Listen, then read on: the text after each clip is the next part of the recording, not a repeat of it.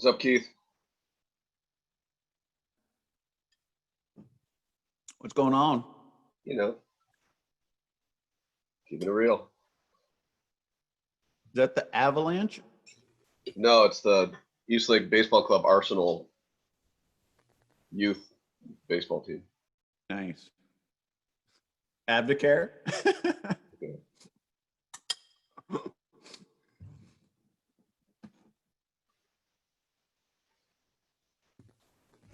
Hey, Justin, how you doing? Hey, Ricky, how are you, bud? Good. Hey, well, I've got your undivided attention on that house that we're talking about. What would the pros or cons be to not updating the heating and electrical to have separate units and renting it out where all the utilities are paid for?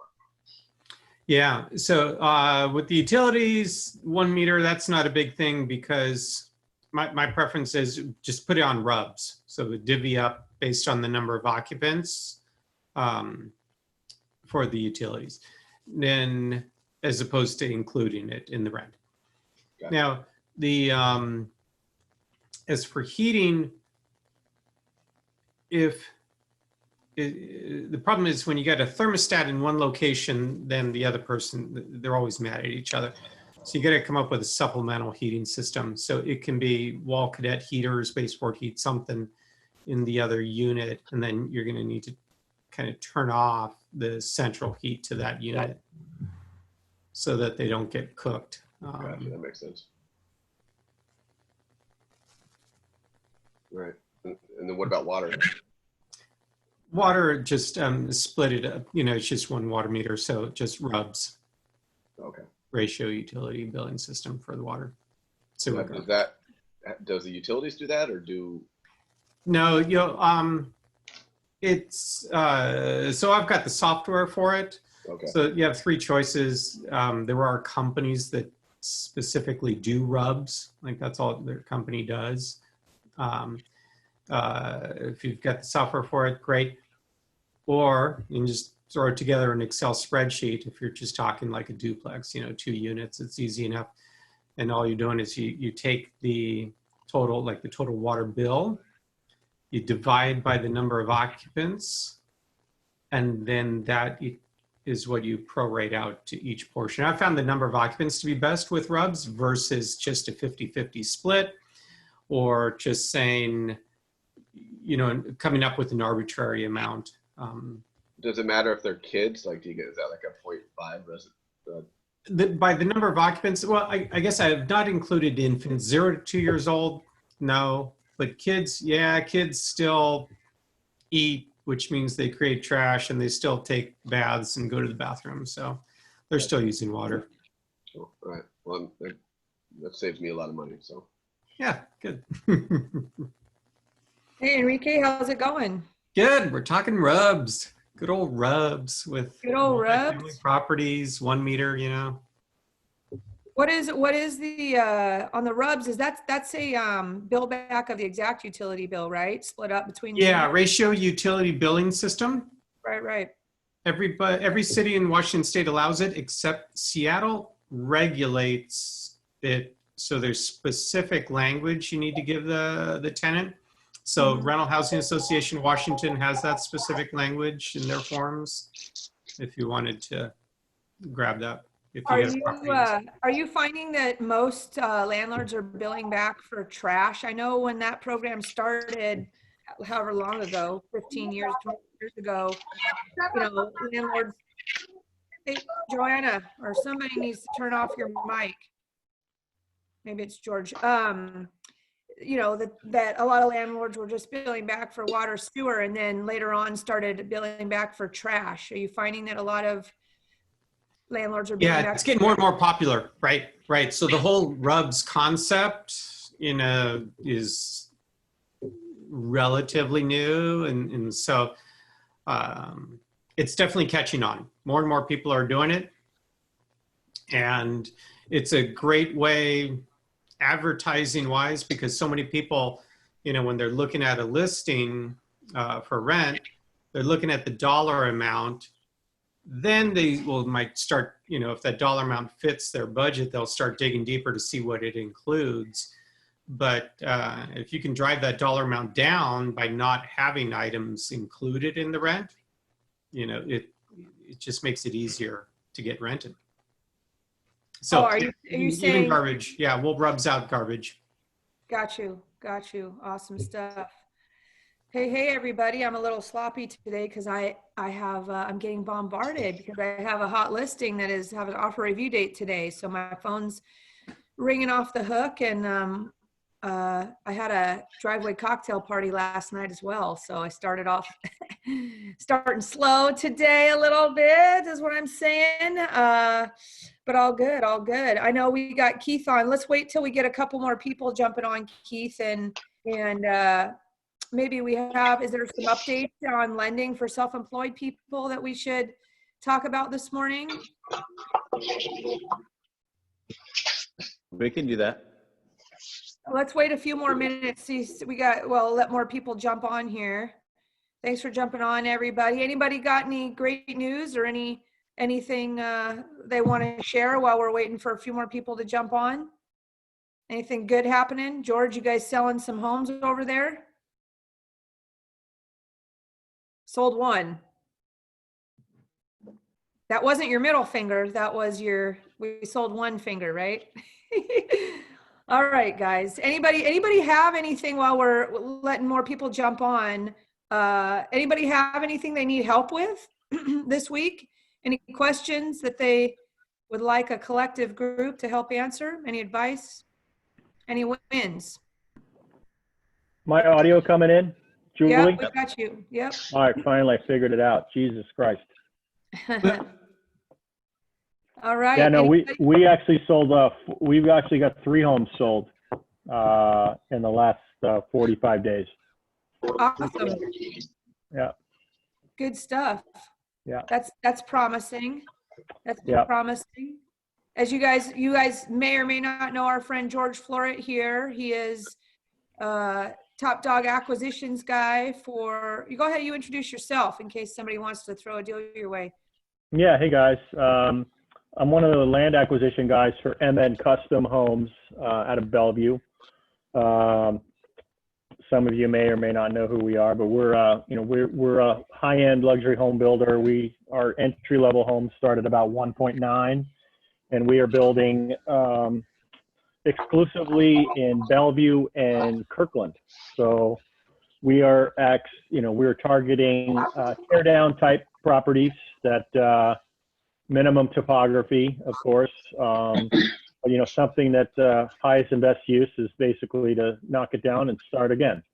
So we're open to any and all. We're not a developer, so we're not doing short plats. We're not building short little subdivisions. We're single family infill only. So right. But what's interesting is over there in Bellevue and Kirkland, they're actually able to pay somewhere closer to market value sometimes for some of these beat up homes. So good resource for you guys to know here.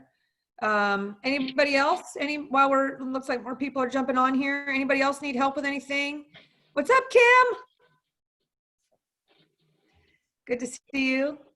Anybody? No? All right, Keith. Go ahead. Well, this is Paul Hemming. Hey, if I've got a health inspection that the guy doesn't, or a septic issue that the guy who's working on it doesn't want to deal with it until he's back in the office. Has anybody ran into that? I mean, should I go over his head or, the house is ready to be put on the market. Who was I talking to? I was just talking to somebody yesterday about, is it a well or a septic issue? What do you say you have going on? It's the one we talked about where the previous owner put down 3 bedrooms, even though it's only a legal 1 bedroom. And I got all the plans. I got the designers. They all said, no, this is fine, what you have. The first guy I talked to at the county said he just wanted a piece of paper acknowledging that it was a 1 bedroom. And we did that. And then he asked for that, I don't know, 3 months ago, and I got it to him 2 months ago. And then he said his boss rejected it, and his boss is working from home and doesn't want to deal with it until he gets back in the office. And like I said, I'm sitting on a property, and you know, cash is king these days. Which county? Pierce. Pierce. So you need Yeah. a Pierce County inspector? Like city? No, like, city I mean, I'm asking, should I go over the person's head higher in the county, or should I wait? I don't know. Anybody have any advice on that for Paul?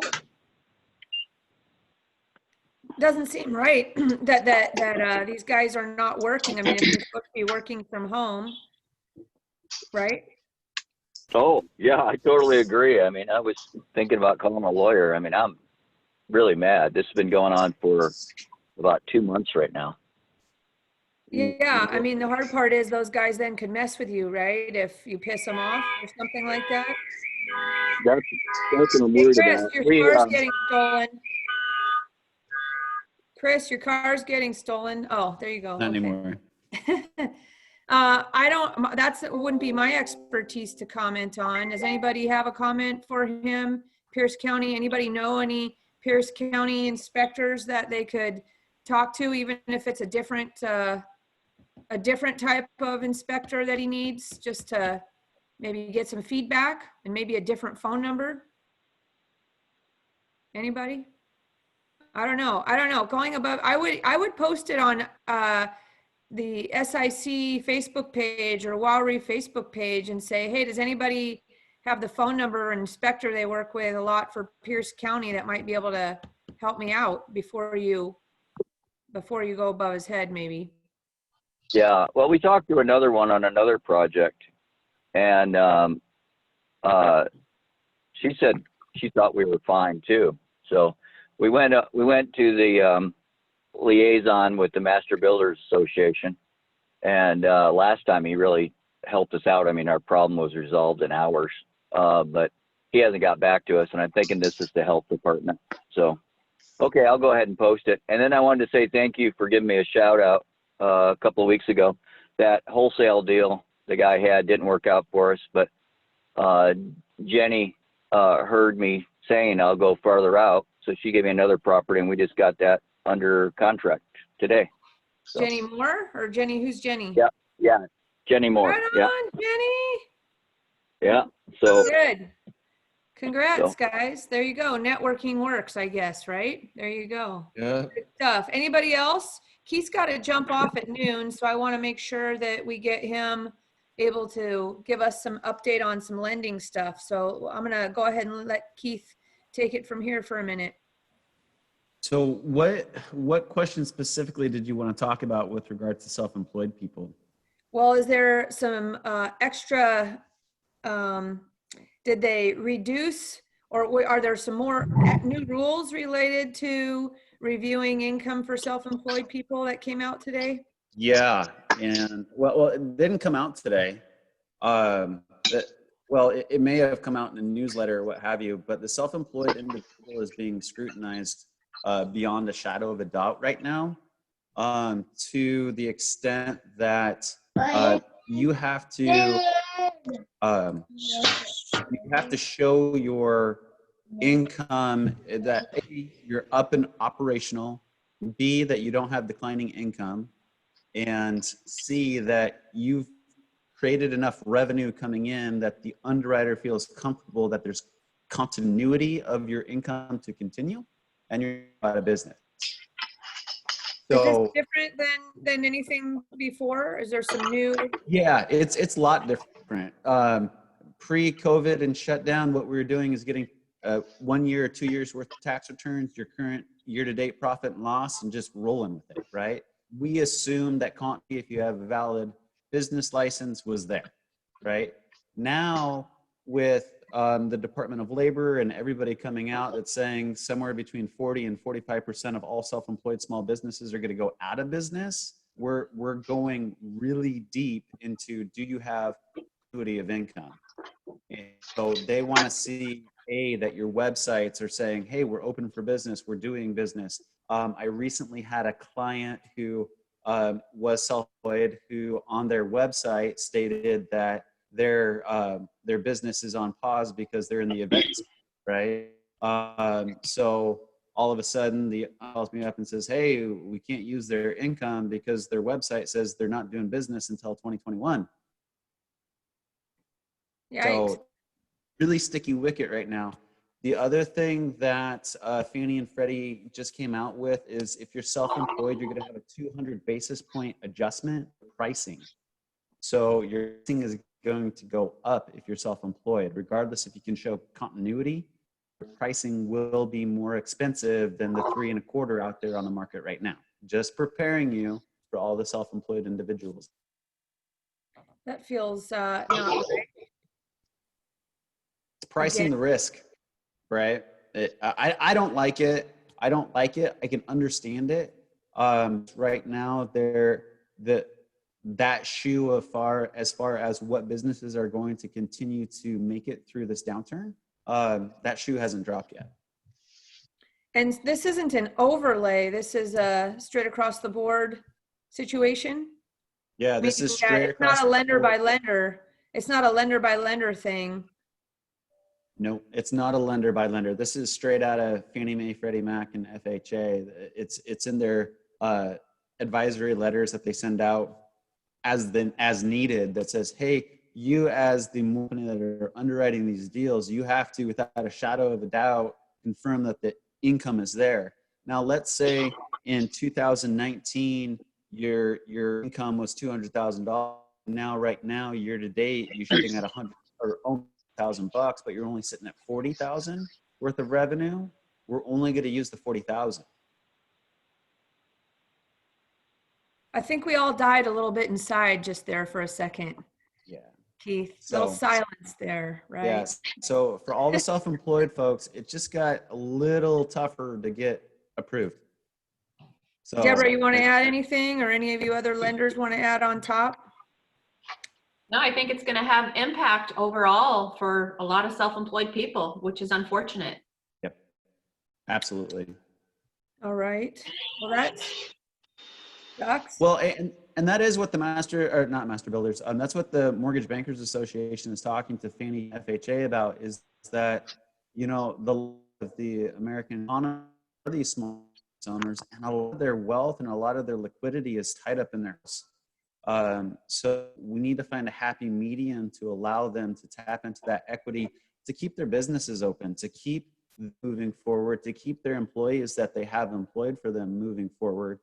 So it's really a blanket policy that's going to have some really consequences. So we'll see how that all plays out over the next 6 months. Does anybody have any lending questions while we got Keith here and Deborah's a lender? I don't know. Do we have any other lenders on here? I want to make sure everybody gets a shout out.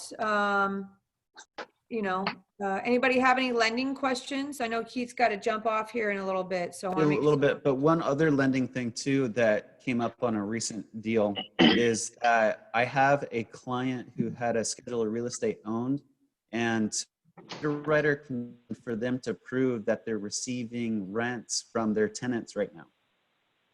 So if those tenants decided to not pay, then we wouldn't be able to offset mortgage with their rental income, even though their 2019 taxes show that they made income on that rental property. Right now, that's again a continuity of income situation that you're going to be asked for what seems like a lot of invasive things, but they're going to say, hey, I need to show that your tenant paid you in May. And well, now that we're at the 11th of June, they're going to say, hey, show me that your tenants paid you for last month. Enrique, are you getting any requests or anything on your end from any of your having to give out information on your collections for your clients and all that? Yes, rent rolls and showing what the residents have been paying and how much they currently owe. I have had, and I'm refinancing 2 of my properties at the moment, and they needed that information as well. So fortunately, there are very, very few tenants that are not paying rent, less than 1%. So that's the good news. But yeah, I am seeing the banks require proof that the tenant's paying. I mean, Enrique, you yourself do a lot of refinancing and so forth and financing, right? That's one of your business model tactics, right? Yeah, because I'm constantly, every time a tenant turns over, I'm constantly rehabbing the unit, little by little, fixing it up. And once, it's typically after I've had it good 3 years and I've been able to get the rents up a bit so I am constantly refinancing. Yeah. And have you yourself, being as experienced as you are, knowing which lenders are going to work for you, have you been getting any pushback or having any trouble, or were you already financed good to go before this all happened?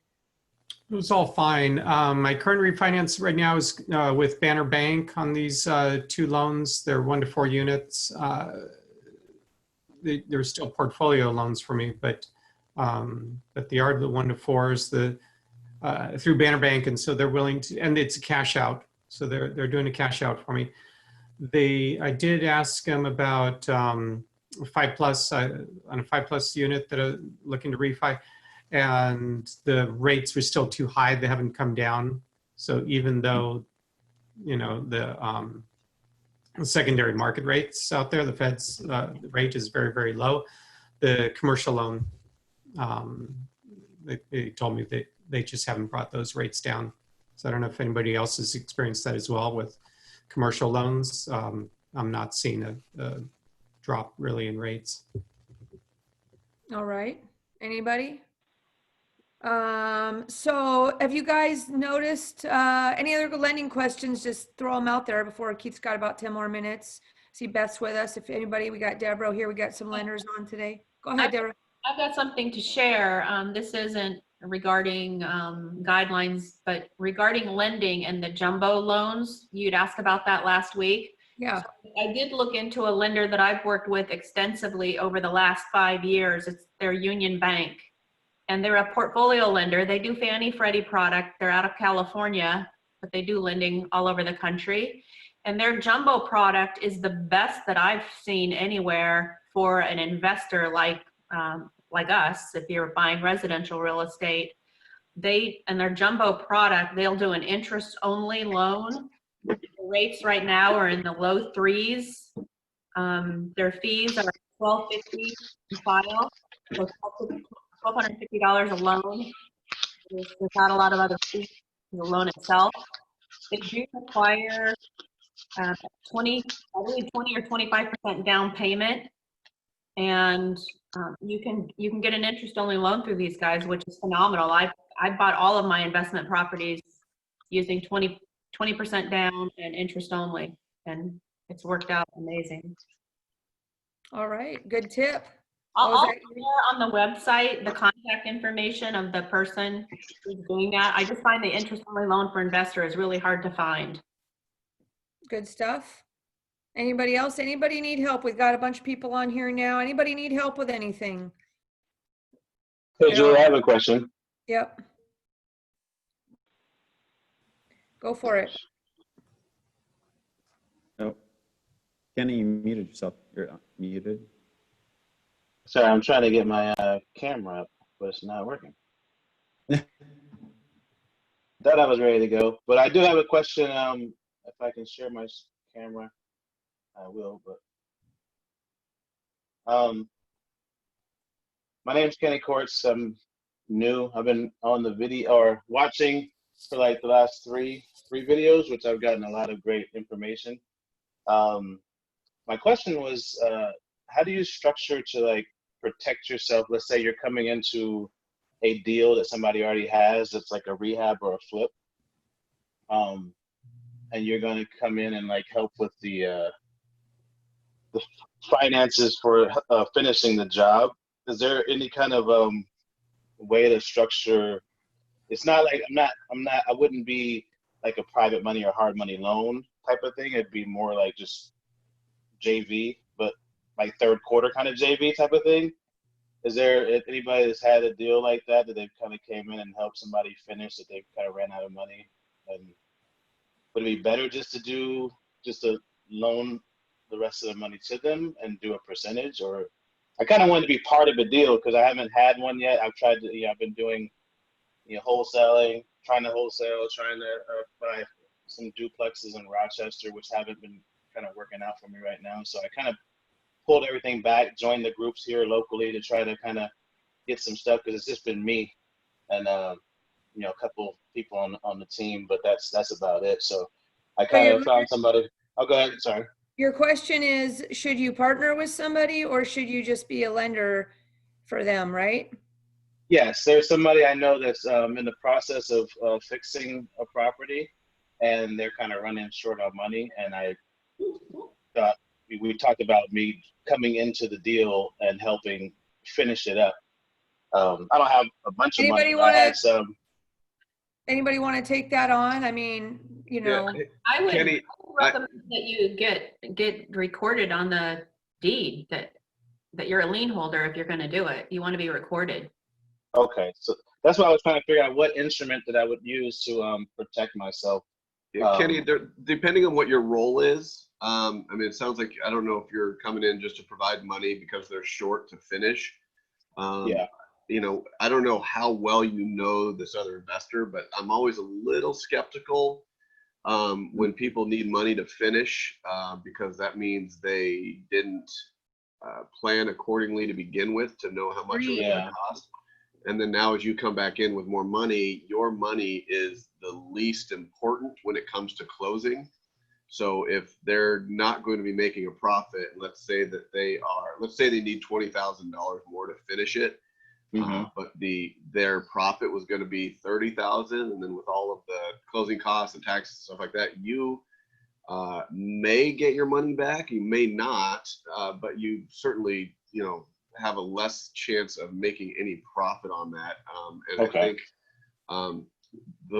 what you would learn from that, as you're saying you want to learn, is not to do that, right? Yeah. So I'm not saying no, don't do that, but I would just make sure that you have know how much they've spent already, right? If they tell you that they've spent 50,000 and they need another 20 more, you need to make sure that they haven't spent 75,000. And where that money's coming from. Is there another lender that's ahead of you that's put up that money that's short, and why won't that lender add more money? I mean, there's a lot of variables to this, but I would say, and I can probably say that 99% of everyone on this call that has flipped a house has probably made decisions based on emotion because they wanted to get a deal or they wanted just a certain deal and they wish they would have stepped back and thought about it. So just don't do it just because you want to be a part of the deal. Do it because it's a good investment. Got it. Yeah, I agree. Right. Hey, I mean, Kenny, I think you don't want to be making an emotional decision just to get one under your belt, right? Yeah, no, I get that. I just, the person they bought it by themselves and they were working on it, and they have a few more in the pipeline. So I was kind of just thinking, well, maybe, one might equal a couple more where I could kind of have a bigger role, like an introduction to kind of a partnership that was going to go a little further. That was my main goal, was to get into this one, even though it was a third quarter, because there's, 4 more coming up after this one, kind of thing. But I appreciate all the input. I think before you do anything, you should run the deal by somebody more experienced, not the person that's asking you for the money, and make sure that somebody runs, experienced, or looks that over with you. So okay, there you go. Hey, can I just add something to that too? This is Aaron. So everything that Justin and Julie is saying is really critical. You want to make sure that all money in is going to have still a very good equity position on the projected sale, and then maybe discount that 10% or something just in case something goes wrong. But the actual instrument, like if you've run the numbers and you've talked to, like Julie said, have this deal analyzed by another investor, One of the things that will protect your JV, and I've done this, is you want to record the JV. You need to attach a legal description from the title agency to your JV, and then you have that recorded against that property so that you do have a valid lien position, because JVs are a little tenuous in terms of lien positions. But we've successfully done that in the past, and it does give you an encumbrance on the property for the sale. But again, you wouldn't go that path until you've done like what Dustin said and Julie said, and just make sure, you know, your money on top of whatever they've put in and any other liens and first, second positions that are already there still has such a huge meaty margin at the end that a lot of things could go wrong and you're still going to get your money back. So that's, you know, just keep that in mind, but there is a way to record that JV so that it encumbers the property. Hey, Aaron, I nominate you to be the person that helps Kenny if he needs additional help. I'm very happy to review that, Kenny. I love evaluating deals, so Awesome. You can hit me up. Aaron Royce, you can hit me up in a private chat, and I'll give you my line. Yep. Good stuff. We have a meeting on Saturday at noon, so I'll get more details then. So that'll be awesome. Two other things that you want to look out for that can jump priority if you record any lien are what's going to go on in first position, whoever, you know, what's the maturity date of the loan they already have out, and then any mechanic liens that could supersede your second, whether it's a junior lien position, whether it's gap funding, that you need to make sure that you take a look at those too. Okay. Meaning, I think she acquired via creative means, so there was no loan or anything in place. good stuff, guys. Anybody else need help with anything? Yeah, hi Julie, it's Kim. Hey, Kim. Hey. So I just have a question with regards to gap funding. So there's a $3 million property that we're looking at the moment in Port Orchard, and it's 19 separate units. And I need help with the down payment. So I understand many hard money lenders, etc., don't really do gap funding, but I'm just wondering if anybody knows anyone who currently does and how it works. That would be amazing. Beth. Silence. Oh, I knew you were going to call me out on that. I don't do gap funding. I'll do seconds, and we'll do cross collateralizations. I was thinking about it. Down low, and I'm but like, I had my we don't do earbuds in, gap. and then I heard. Cool. So, does anyone do gap funding anymore, or is it COVID that it's kind of gone away? George, turn your mic off. Turn your mic off, George. Turn your mic off, George. Turn your mic off, George. That's okay. Sorry. I don't know any actual hard money lenders or institutional lenders that will do gap funding. A lot of them are really reducing their loan to values. There are private lenders, individuals or entities that might do gap funding for you. Or you could try and negotiate like a seller carry back in second for that down payment. Those are things that we've helped some of our clients do before. So those are some options, but no, I don't know any, and maybe someone else can chime in, but I don't know anybody else as a company or an entity that will do gap funding right now.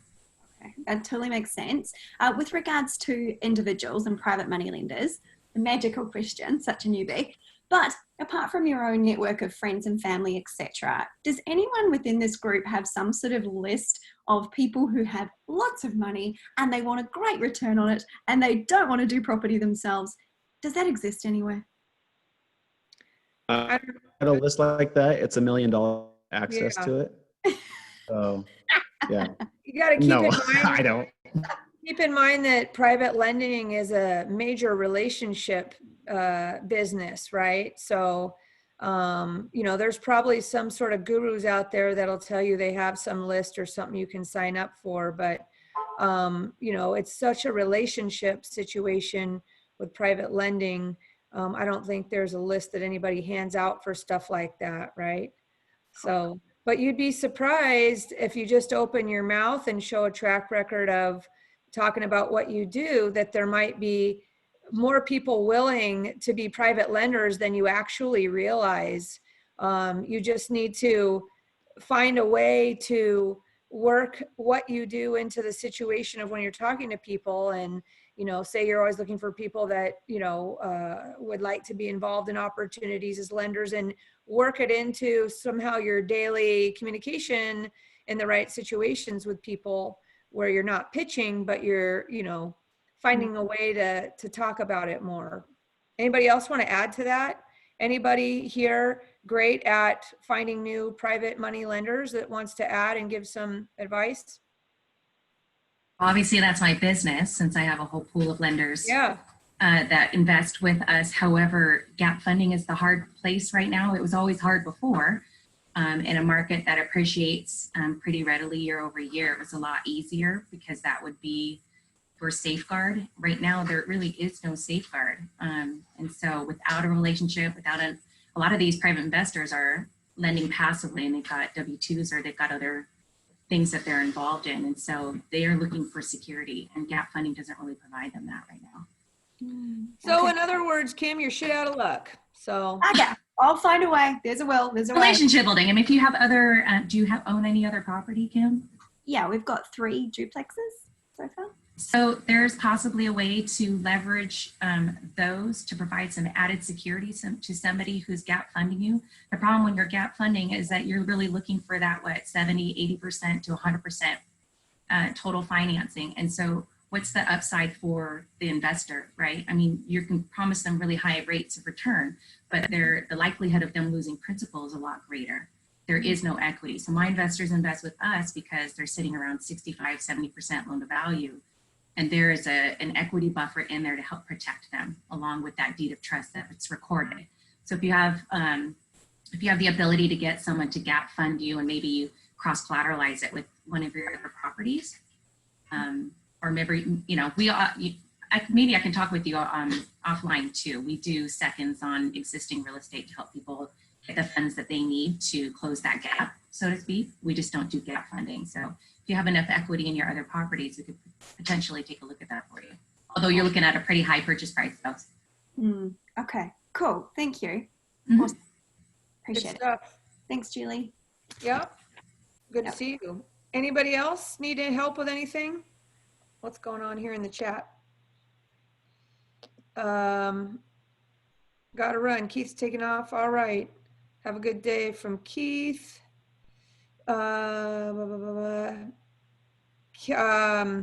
Kim, Beth put her contact info in the chat. For any of you that love listening to what Beth has to say, her contact info is in the chat box, which is just beth@flynnfamilylending.com. Anything else? There's some new PPP rules that are out, some updates to PPP. Does anybody here get a PPP loan? Enrique, did you get one? Nope. Nobody? So that I've posted that information. Chris, go ahead. You're on mute. I was just raising my hand that I got one. It wasn't a very big one, but I got one.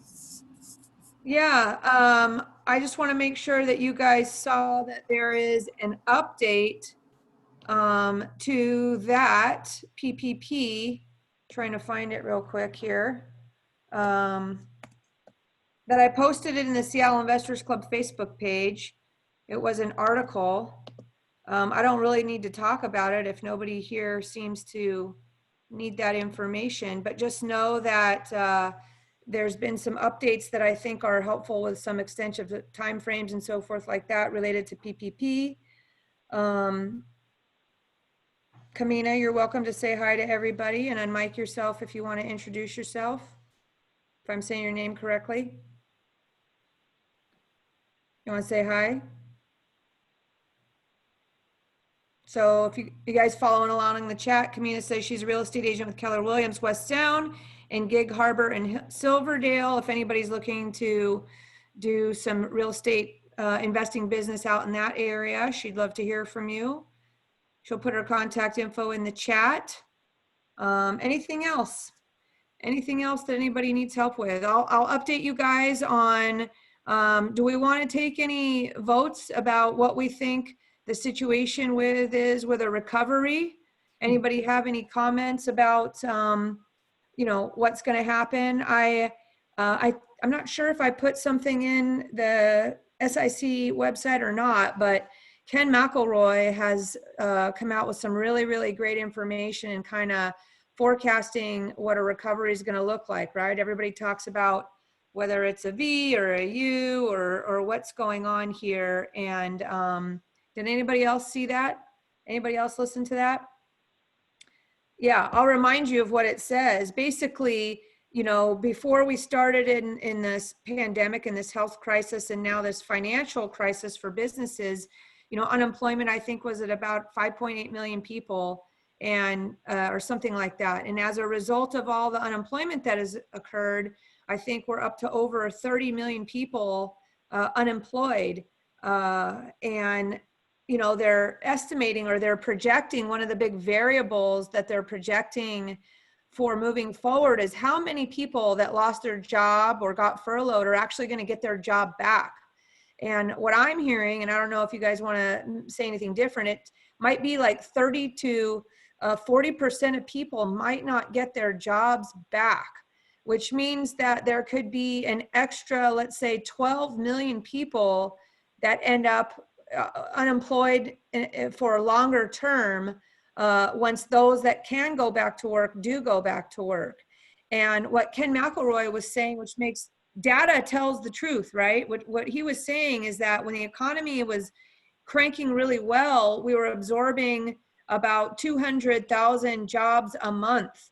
And why I like to talk about these numbers is because when you hear reports come out, if you can actually get some benchmark numbers to listen to, it'll help you hear the news differently, as if we're moving forward or not. So in the good times, if we were absorbing 200,000 jobs a month when the economy has been cranking prior to all this, let's just round that up to say that that's 2 million jobs a year. I know I lowered it a bit, but 2 million jobs a year getting absorbed during times going well. Well, with all the unemployment and assuming that's the big variable, that 30 or 40% of people won't get their jobs back, and that adds, let's say, an extra 12 million people being unemployed, that means 2 million during the good times of absorption divided by 12 million of unemployed makes it like we're going to have a 6-year recession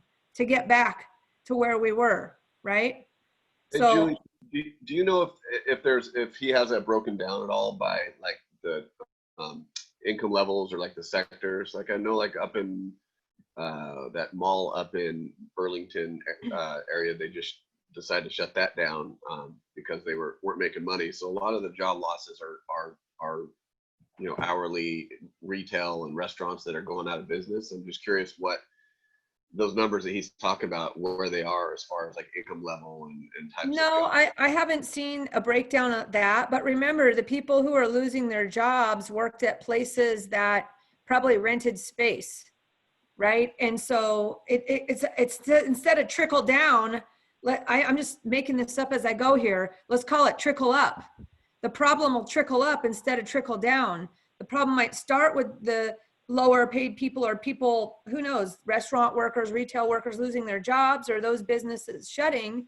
But then let's remember that those now affect all those landlords that own those buildings, right?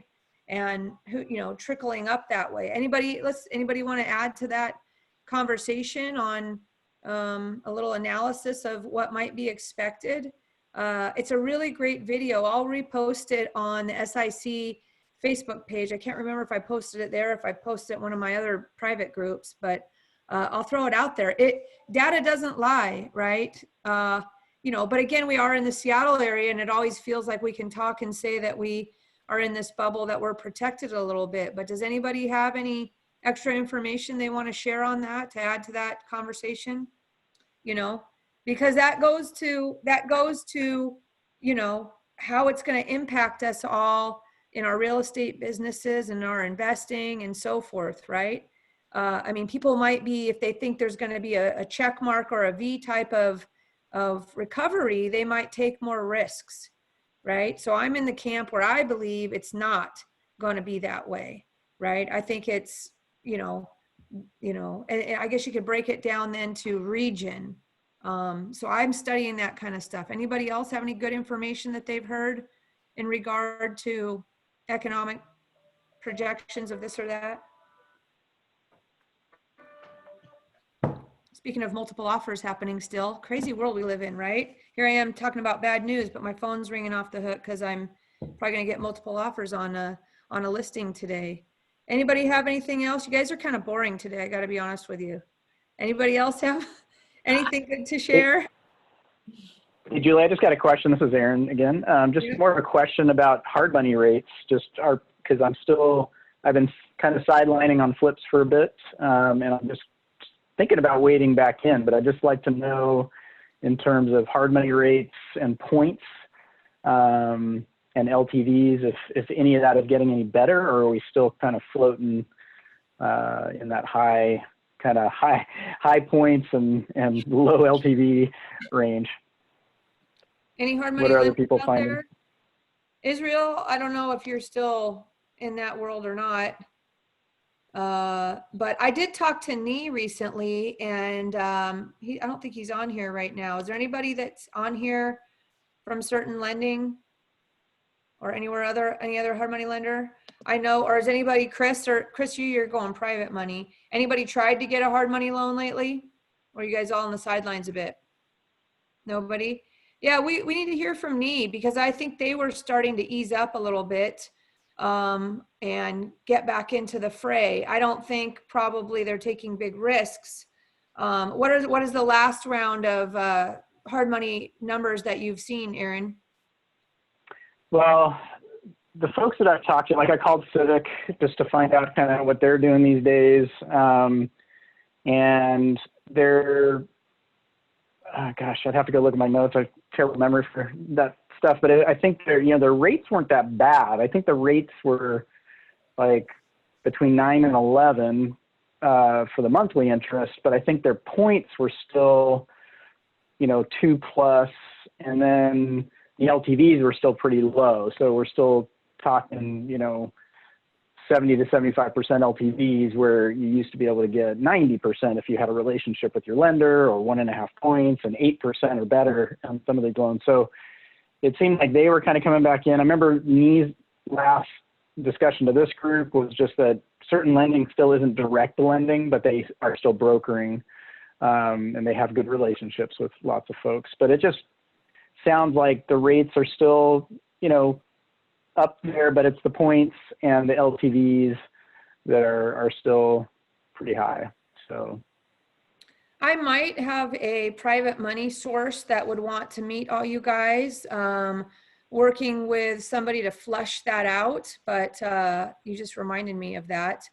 Beth, what about you guys? Some of your investors would probably be happy to go into first lien position, right? It's just that they're going to want to cap it at 65%. And what kind of? Not necessarily 65%, but we use that as a benchmark. Sometimes we'll look at the equity buffer in terms of dollars as opposed to percentage. And then we'll, like I said to Kim, we'll cross collateralize. To Aaron's point, like the LTV is the tough one. Trying to get higher leverage loans right now is really hard. I have heard that potentially maybe eSide is doing it again, so you may reach out. Other companies that are doing like loan to cost loans and such, just like the banks are doing, they're requiring 6 to 12 months reserves. That's what's going to get you, is that everyone has to have cash on hand and reserves to show that they can cover their carrying costs, the ITI. I've spoken with Rance at Civic, and I talked to Nee yesterday. So, I mean, it's kind of the same across the board. We just want to make sure that there's enough liquidity to get them across the finish line. Banks are doing the same things. I got quoted from a client earlier this week trying to do a cash out refi by Chase of all places. I'm not sure why he tried, but it was 6 points. And then First Tech was quoting us for a cash out, actually a rate and term or a cash out, 6 to 12 months reserves, PITI. So that's what's going to get most people. And that's what's causing a lot of conflict, because 1.5 to 3 points is really not much different than where it was before. Hey, Beth, I got an idea for you. Sure. And maybe it doesn't make any sense, but what about like a program that you guys started over at Flynn that some of your private money crews or your, you know, clients over there might be willing to be like credit partners, right? So maybe it's not, maybe just because of the reserves part, right? Maybe they don't have to put any money in, but they are a credit partner for a fee. Does that make any sense? Yeah, it'd have to be something to explore a little bit. I'm not sure if that's really their MO, but. You mean because they want to get their funds deployed, right? Is They want that their funds deployed, and like they like the security of being named on a deed of trust and a prom note. so if you're a credit partner, wouldn't you be named? You know? As the debtor. I don't know. I'm just I don't know making it up either. as I go, right? I don't know. The whole credit partner seems to be like a niche. Somehow somebody needs to figure out some sort of niche. You know, it might be a great deal, right? And somebody might have all the funds to, you know, close, but they might not have the reserves. So there seems like there's a niche there that somebody could fulfill of being kind of like the reserves partner. Again, I'm just making this up as I go, guys. I don't even know what I'm talking about. Yeah, I'd be really interested in something like that, Julie, because you know, I've got the reserves and the cash, but I need the credit partner. So, you know, just finding good ones that understand real estate and are willing to be in that game would be huge to have that. I'm saying the piece that's missing, you said you have the reserves. I'm saying the piece that's missing for some people is they have a good deal on their hands and they have the money to put down, but they don't have the reserves that some of these hard money lenders might require, right? Oh, good point. Yep. All right. Anything else? Anybody today? We're kind of, which is maybe it's a good thing that it's a little boring today.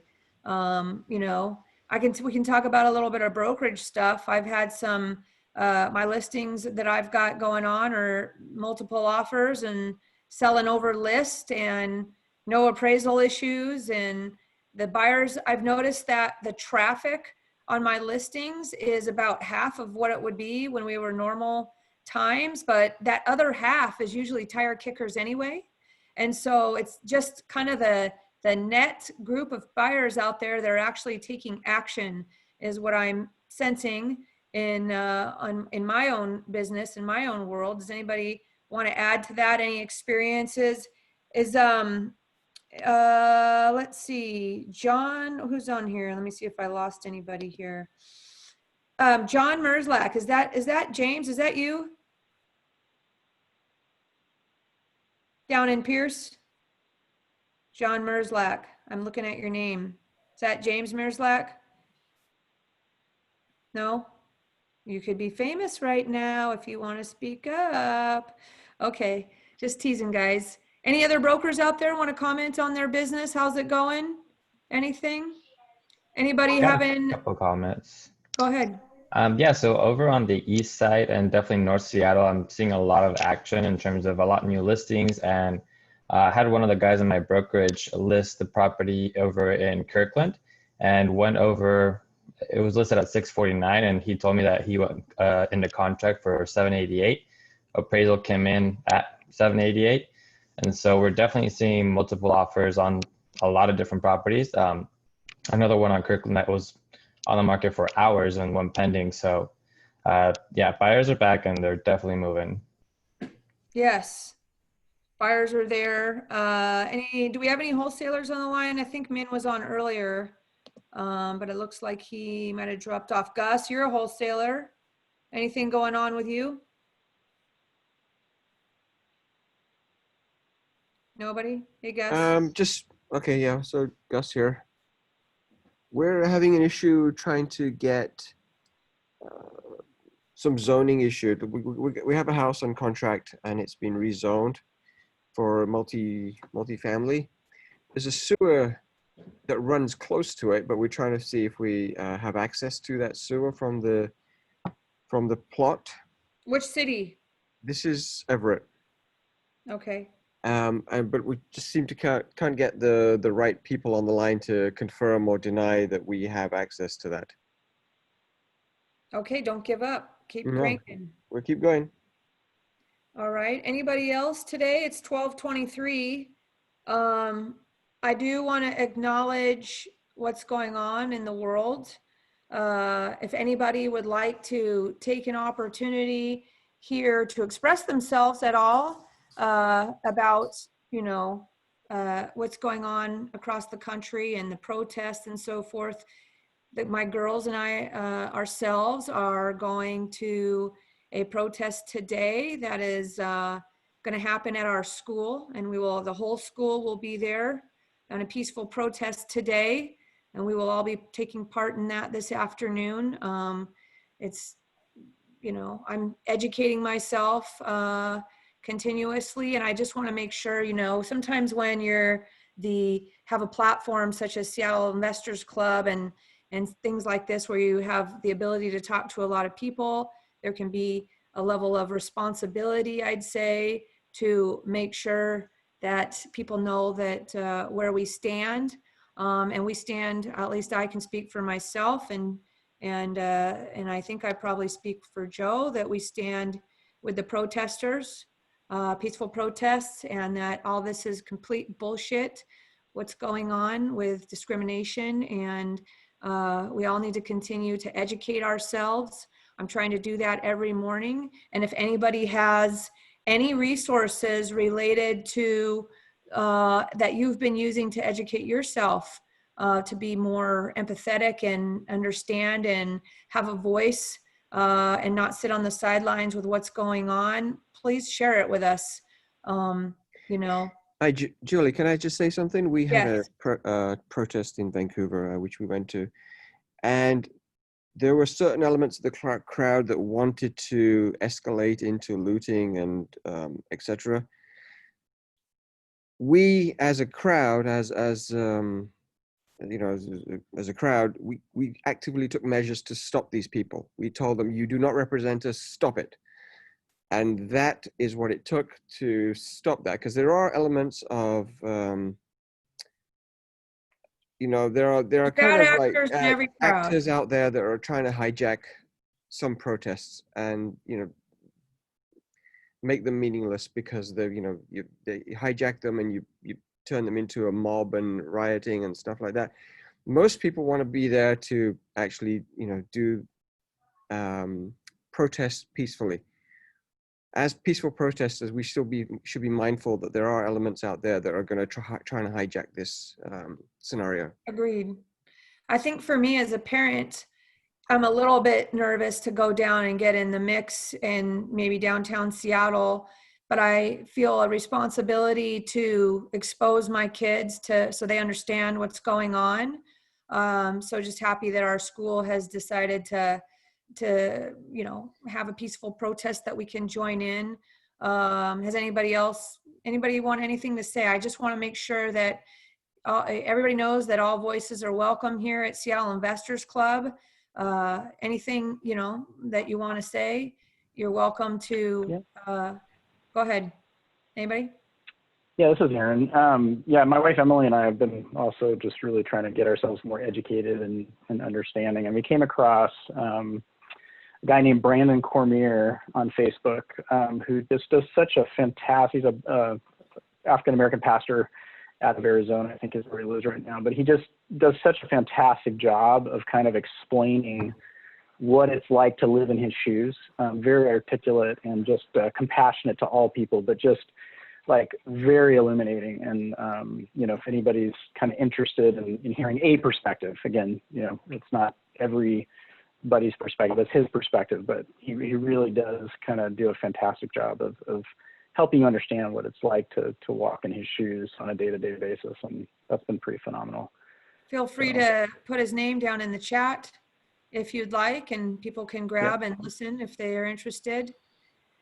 Just want to make sure that, you know, again, like I said, that we are putting a spotlight on it a little bit and acknowledging what's going on here as a group, and especially for Joe and I representing Seattle Investors Club as well. So again, everybody's welcome. Every voice is welcome. Please, we'd love to hear from you, whatever that is. But other than that, guys, today it is pretty much 12:30.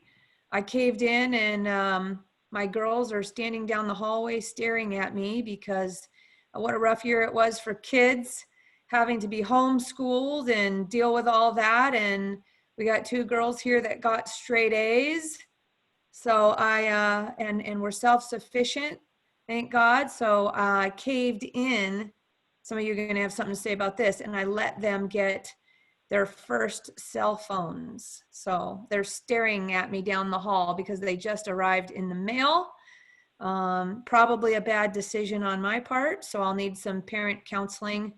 Yeah, Justin's like, yep, bad move. Yeah, I hear you, Justin. I know. I had a weak moment. Like I said, I had like a cocktail driveway party last night and they caught me when I was down. So anyways, thank you guys for joining us. And we will continue to have these conversations weekly. We appreciate everybody's input. If anybody needs help with anything or wants to talk about anything during the week, you can always reach me. Just text me or call me at 206-910-2985 or hit me up on Messenger or whatever. And if I can't help you, I'm certain that I do know somebody that can. All right. Appreciate you guys. Thanks for joining us. Peace out. And we'll see you next week. All right. Adios, amigos.